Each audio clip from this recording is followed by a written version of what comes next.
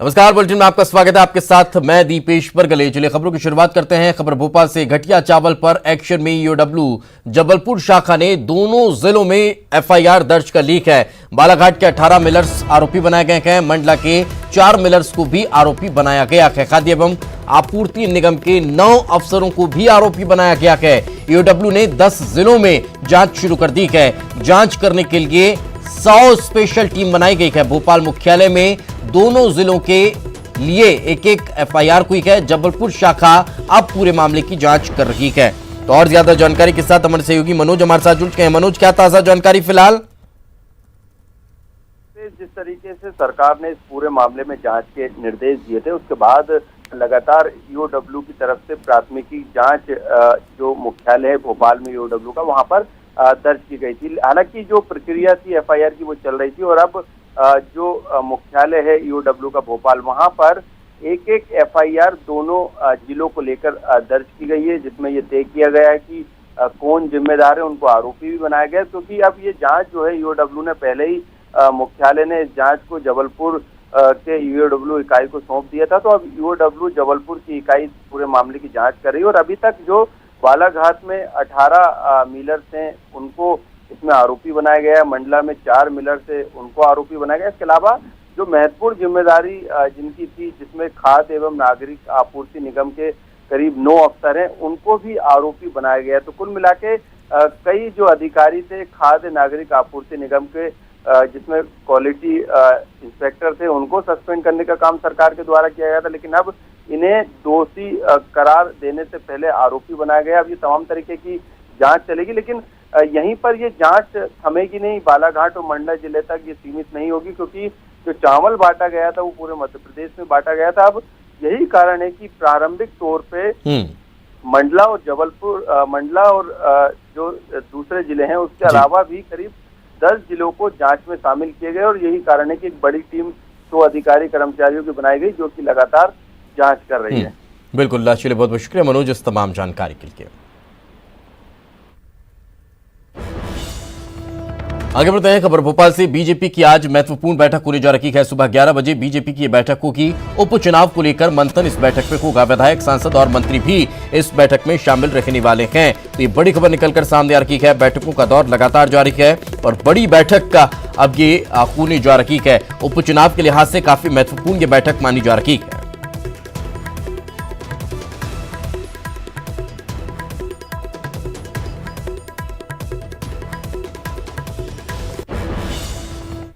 भोपाल से एक और खबर हम आपको बता देते हैं। उपचुनाव को लेकर सियासी सरगर्मी तेज हो चुकी है। उपचुनाव को लेकर कांग्रेस की बैठक हो रही है। पीसीसी चीफ कमलनाथ बैठक करने वाले हैं। उपचुनाव को लेकर मंथन इस बैठक में होगा। तो बैठक होने वाली है पीसीसी की भी। बीजेपी कांग्रेस दोनों की राजनीतिक दल अपने अपने स्तर पर तैयारियां तेज कर चुके हैं। अब ये बड़ी खबर एक और निकलकर सामने आ रही है। पहले हमने बीजेपी की बैठक के बारे में आपको जानकारी दी और अब कांग्रेस की भी बैठक होने वाली है, उसकी भी तैयारियां शुरू हो चुकी है। उपचुनाव के लिए कांग्रेस भी अपनी बैठक में रणनीतियों पर चर्चा करेगी।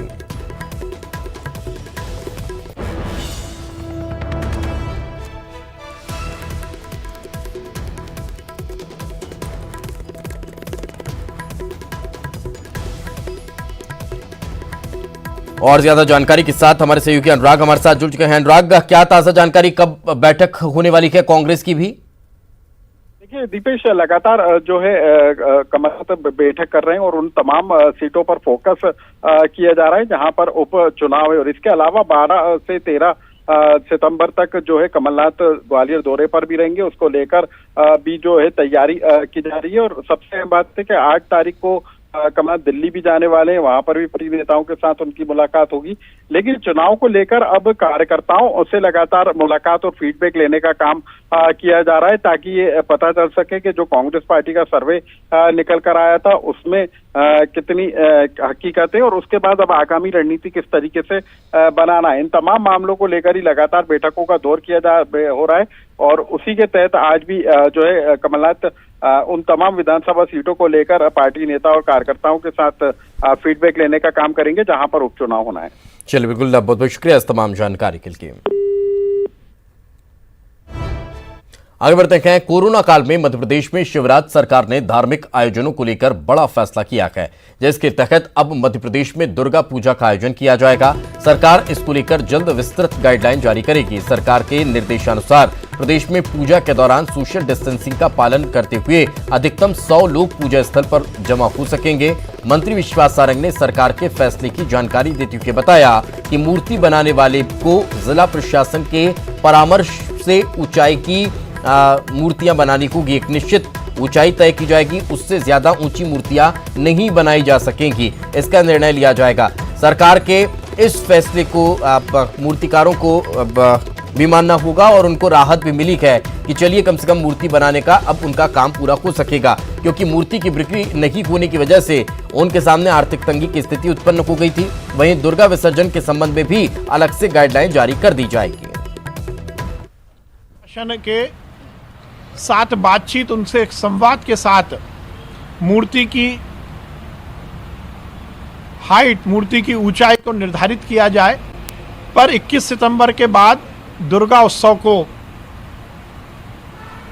अलाउ किया जाएगा, उसकी परमिशन दी जाएगी और 21 सितंबर के बाद दुर्गा जी की जो झांकी हैं वो लगेंगी। बस ये सरकार का निर्देश होगा कि वहाँ किसी भी धार्मिक आयोजन में 100 लोगों से ज़्यादा उपस्थित ना हो। प्रजापति समाज यदि मूर्ति बनाने की तैयारी कर रहा है तो 21 सितंबर के बाद वो मूर्तियों की स्थापना हो सकती है, क्योंकि दुर्गा उत्सव 21 सितंबर के बाद ही आएगा। बस सरकार का प्रदेश में आज लॉकडाउन नहीं रहेगा। आज भोपाल, ग्वालियर, जबलपुर में मार्केट ओपन रखने वाले हैं। वहीं राजधानी भोपाल में आज से बोट क्लब भी ओपन हो रहा है। 50% पर्यटकों की क्षमता के साथ बोट्स और क्रूज संचालित हो रहे हैं। बोट क्लब आने वाले लोगों के लिए आरोग्य सेतु ऐप डाउनलोड करना अनिवार्य होगा। वहीं हर ट्रिप के बाद लाइफ जैकेट्स और बोट को सैनिटाइज किया जाएगा। तो अभी तक मध्य प्रदेश में रविवार के दिन लॉकडाउन हुआ करता था, लेकिन अब ये लॉकडाउन भी खत्म कर दिया गया है। राजधानी भोपाल में आज पिकनिक स्पॉट्स में सुबह से ही रौनक देखने को मिल रही है। पहली बार पूरा मध्य प्रदेश रविवार के दिन अनलॉक हुआ है। इससे पहले लॉकडाउन हुआ करता था, कर्फ्यू लगा करता था, लेकिन आज सुबह से ही कुछ लोग मस्ती मजा पिकनिक के मूड में हैं। कुछ हमारे साथ लोग हैं जो बोट क्लब पे आए हैं, सुबह से ही मस्ती के मूड में दिख रहे हैं, उनसे बात करते हैं। पहली बार संडे अनलॉक हुआ है और आप लोग पूरी मस्ती के मूड में दिख रहे हैं। यस, बिल्कुल जो अनलॉक हुआ है उसमें हम पूरी मस्ती के मूड में। काफी दिनों से हमने अपने आप को रोक के रखा था कि संडे के दिन निकलना नहीं है। आज मौका मिला है, निकले हैं पूरे ग्रुप के साथ, बहुत एंजॉय करेंगे। अच्छा, कहाँ से आए आप लोग? हाँ, बेड़ागढ़ से आए। और मैडम आप ये समझो, आज जैसे ही संडे खुला है ना, तो मतलब हमारी तो आज दिवाली है, आज दिवाली का दिन है। कहीं ना कहीं कोरोना का डर नहीं लग रहा है? किसी ने मास्क नहीं लगाया है, सोशल डिस्टेंसिंग भी नहीं है। जो भी एक्सरसाइज करता है ना, सुबह को मॉर्निंग वॉक करो, कोई कोरोना नहीं है, सब गायब। आज तो आप पूरा ग्रुप बना के, झुंड बना करके आए। हाँ मैडम, बिल्कुल। कोरोना नहीं लग रहा है कुछ डर उसका? मैडम अभी आपको हमारे बड़े भैया ने बताया, जो सुबह एक्सरसाइज करेगा, वॉक करेगा, उसके लिए कोरोना नहीं है। और दिन भर की क्या प्लानिंग है फिर आपकी? दिन भर घूमेंगे फिरेंगे, मस्ती करेंगे। और क्या कह सकते हैं, संडे कुछ इन्हीं मस्तीखोरों के लिए ही बना है और अनलॉक हो गया है। तो खास बात यह है कि आज सभी मस्ती मजा के मूड में हैं। राजधानी भोपाल के पिकनिक स्पॉट्स आज गुलजार रहने वाले हैं। हालांकि कहीं ना कहीं कोरोना की गाइडलाइन का भी उल्लंघन होता हुआ दिख रहा है, लेकिन फिर भी जो मस्ती करने के मूड से निकले हैं वो काफी खुश नजर आ रहे हैं। कैमरा पर्सन मोहसिन खान के साथ पूजा माथुर, न्यूज 18 मध्य प्रदेश, भोपाल।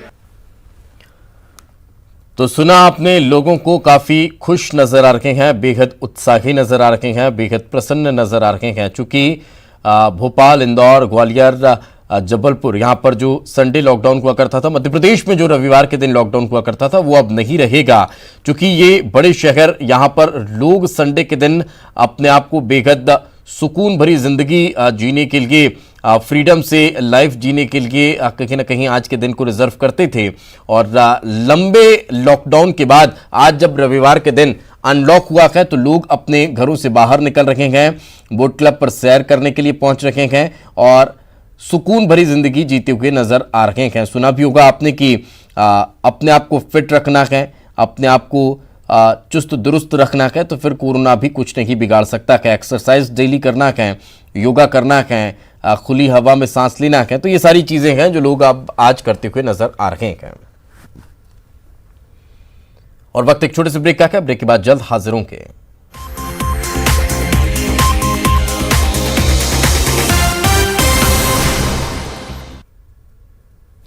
ब्रेक के बाद एक बार फिर आपका स्वागत है। एनसीबी के फंदे में रिया चक्रवर्ती सुबह 10:30 बजे एनसीबी ऑफिस पहुंच सकती है रिया। ये बड़ी खबर निकलकर सामने आ रही है। एनसीबी ने रिया के घर जाकर समन दिया है। रिया से पूछताछ हो सकती है। वीडियो रिकॉर्डिंग एनसीबी कर सकती है पूछताछ की। एनसीबी दो तरह से बयान ले सकती है। रिया को खुद लिखना पड़ सकता है सवालों का जवाब। एनसीबी के अधिकारी भी जवाब लिख सकते हैं। जवाब लिखे जाने के बाद रिया को हस्ताक्षर भी करने पड़ सकते हैं। तो ये एक और बड़ा अपडेट निकलकर सामने आ रहा है। तो एनसीबी की टीम रिया के घर पहुंची और समन देकर पूछताछ के लिए रिया को ले जाने की बात कही। एक और ऑप्शन दिया कि आप खुद भी एनसीबी दफ्तर पहुंच सकती हैं। तो फिर ये बात फाइनल हुई कि रिया खुद एनसीबी दफ्तर पहुंचेंगी।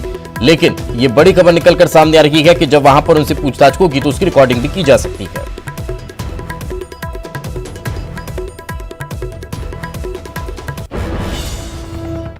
आगे बढ़ते हैं। खबर इंदौर से। हनी ट्रैप मामले में आदेश जारी किया गया है। हाईकोर्ट का आदेश निकलकर सामने आया है। जिन लोगों के नाम आए उन पर कार्रवाई हो। ये बड़ी खबर निकलकर सामने आ रही है। हनी ट्रैप मामले में आदेश जारी किया गया है कि जिन जिन लोगों के नाम सामने आए हैं उनके खिलाफ कार्रवाई हो। इस तरह की बात कही जा रही है।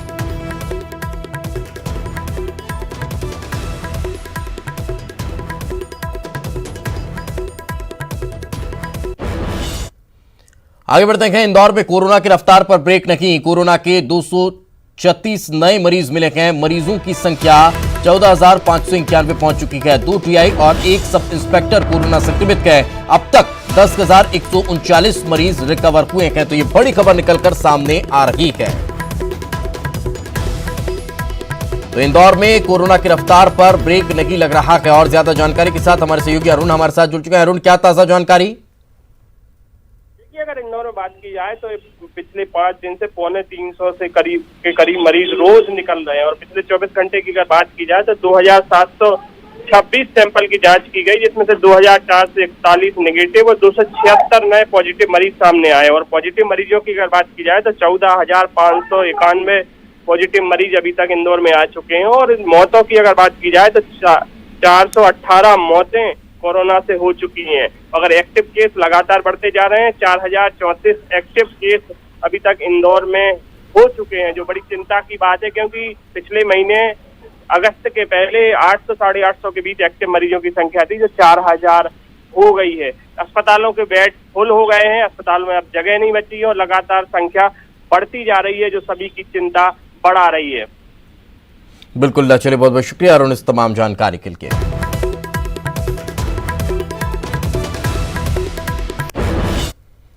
तो छत्तीसगढ़ में भी कोरोना लगातार अपने पैर पसार रहा है। कोरोना का कहर लगातार जारी है। शनिवार को 2,529 नए मरीज मिले हैं। कोरोना से आज 19 लोगों की जान चली गई है। आज 879 मरीज डिस्चार्ज हुए हैं। एक्टिव मरीजों की संख्या 22,320 पहुंच चुकी है। कुल पीड़ितों की संख्या 43,163 हो चुकी है। कोरोना से अब तक 356 लोगों की मौत हुई है। अब तक 20,487 मरीज डिस्चार्ज हुए हैं। ये बड़ी खबर इस वक्त निकलकर सामने आ रही है।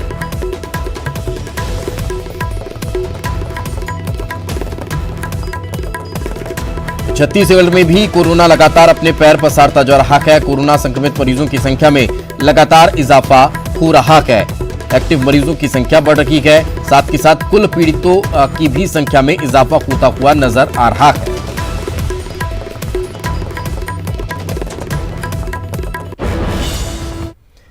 आगे बढ़ते हैं। भोपाल में कोरोना का कहर भी लगातार जारी है। कोरोना के 220 नए मरीज मिले हैं। 220 लोगों की रिपोर्ट पॉजिटिव आई है। शहर के कई इलाकों में मरीज मिल ना पाया गया है। ये बड़ी खबर निकलकर सामने आ रही है। बड़ा अपडेट इस वक्त निकलकर सामने आ रहा है। भोपाल में भी कोरोना का कहर लगातार जारी है। कोरोना से संक्रमितों की संख्या में इजाफा हुआ है और कोरोना के 220 नए मरीज मिले हैं।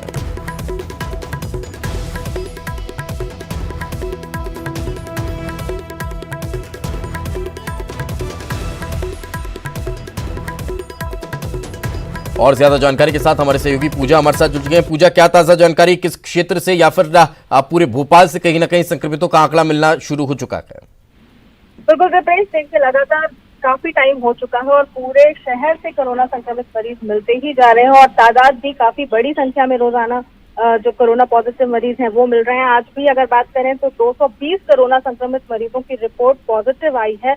यकीनन आंकड़ा तेजी के साथ बढ़ता जा रहा है। लोगों को बहुत सावधान रहने की जरूरत है क्योंकि जो वायरस है बहुत तेजी से अपने स्वरूप को और अपने लक्षणों को बदलता हुआ जा रहा है। यही वजह है कि लगातार जो शुरुआती दौर था उससे लेकर के अब तक जो कोरोना संक्रमण के सिम्टम्स हैं वो लगातार बदलते जा रहे हैं, जिसकी वजह से लोगों को ये समझ में बहुत देर से आ रहा है कि वो संक्रमित है या नहीं, संक्रमण की चपेट में है या नहीं। टेस्टिंग होती है, उसके बाद उन्हें पता चलता है कि वो संक्रमण की चपेट में आ चुके हैं, लेकिन जो चेन है वो कहीं ना कहीं टूटती हुई नहीं नजर आ रही है। यही वजह कि शहर में बड़ी संख्या में संक्रमितों के मिलने का सिलसिला लगातार जारी है। एक ही परिवार के कई लोग संक्रमित मिल रहे हैं और अब एक भी शहर का कोई इलाका ऐसा बचा नहीं है जहां पर से कोरोना पॉजिटिव मरीज ना मिला हो। पॉश कॉलोनियां हो या स्लम बस्तियां हो, कोरोना पॉजिटिव मरीज मिलने का सिलसिला लगातार जारी है। और खास बात यह कि कंटेनमेंट क्षेत्र भी अब दिनों दिन बढ़ते जा रहे हैं क्योंकि बहुत तेजी से कोरोना संक्रमण अपनी चेन बनाता हुआ दिखाई दे रहा है और ये चेन नहीं टूट रही है। यही एक सबसे बड़ा कहीं ना कहीं डर बना हुआ है कि चेन आखिर कैसे ब्रेक होगी। बहुत बहुत शुक्रिया इस तमाम जानकारी के लिए। आगे बढ़ते हैं खबर सतना से। बर्बादी की भेंट अनाज भंडारण केंद्र चल रखे हैं खुले में। यहाँ पर धान रखी हुई खराब हो रही है। हजारों क्विंटल धान भीग कर खराब हो रही है। भीगने से धान में अंकुरण होने लगा है। जानवरों के खाने लायक भी धान नहीं बची है। लापरवाही छिपाने में जिम्मेदार लगे हुए हैं। मिलर के पास भेजने की तैयारी हो रही है। अधिकारियों की बड़ी लापरवाही यहां पर उजागर होती नजर आई है।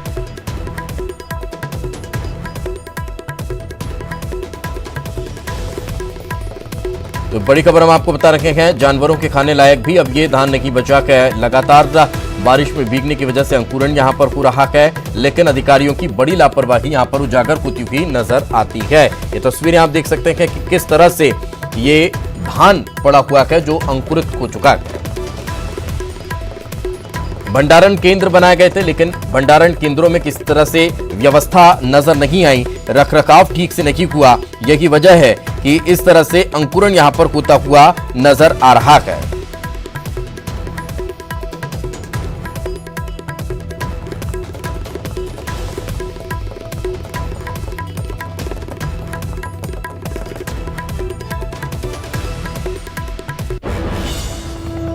आगे बढ़ते हैं खबर जशपुर से। 8 कोरोना पॉजिटिव मरीज मिले हैं। पत्थलगांव में 8 नए कोरोना पॉजिटिव मरीजों के मिलने का मामला सामने आया है। कांग्रेस के पूर्व जिला अध्यक्ष को कोरोना हुआ है। जिला पंचायत सदस्य समेत कई संक्रमित पाए गए हैं। कई संक्रमितों के संपर्क में पत्थलगांव विधायक भी आए हैं। ये बड़ी खबर निकलकर सामने आ रही है।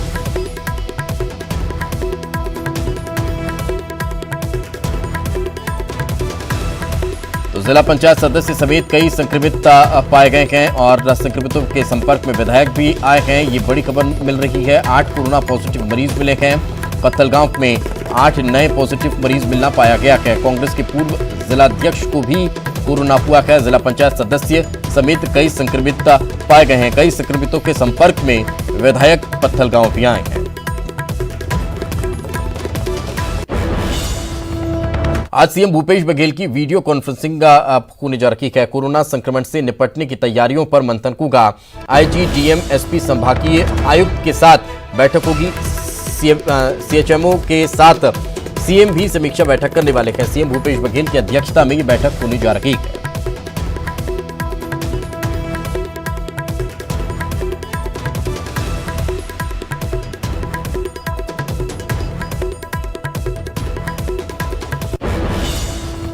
आगे बढ़ते हैं खबर रायपुर से। न्यूज 18 की खबर का बड़ा असर हुआ है। कोविड-19 के इलाज के लिए निजी अस्पताल के रेट तय हो चुके हैं। 6,200 से 17,000 रुपये प्रतिदिन सुपर स्पेशलिटी के हिसाब से ये सुविधाएं तय होंगी और अलग अलग श्रेणियां यहां पर बांट दी गई हैं। अस्पतालों की ए में 6, बी में 8 और सी में 14 जिलों के अस्पतालों को रखा गया है।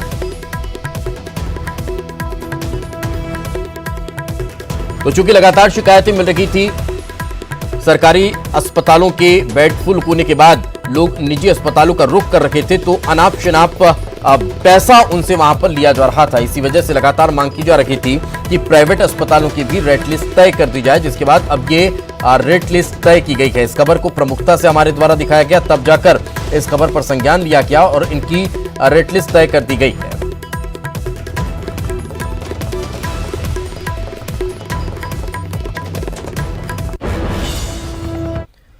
आगे बढ़ते हैं खबर बलौदाबाजार से, जहां पर 7 चोरियों के मामले में 4 लोगों की गिरफ्तारी हुई है। दुकान का शटर तोड़कर चोरी ये किया करते थे। आरोपियों से 1 लाख का सामान जब्त किया गया है। भाटापारा शहर थाना क्षेत्र का ये मामला बताया जा रहा है।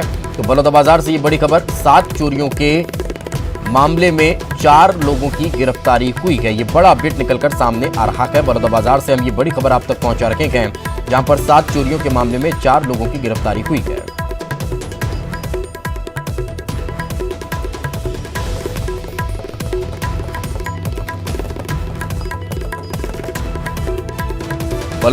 बड़ी खबर इस वक्त हम बलौदाबाजार से आपको बता रखे हैं, जहां पर 7 चोरियों के मामले में 4 लोगों की गिरफ्तारी हुई है। बताया जाता है दुकान का शटर तोड़कर ये चोरी किया करते थे। आरोपियों से 1 लाख का सामान जब्त किया गया है। भाटापारा शहर थाना क्षेत्र का ये मामला बताया जा रहा है, जहां पर ये चोरियां हुई है। ये बड़ा अपडेट निकलकर सामने आ रहा है।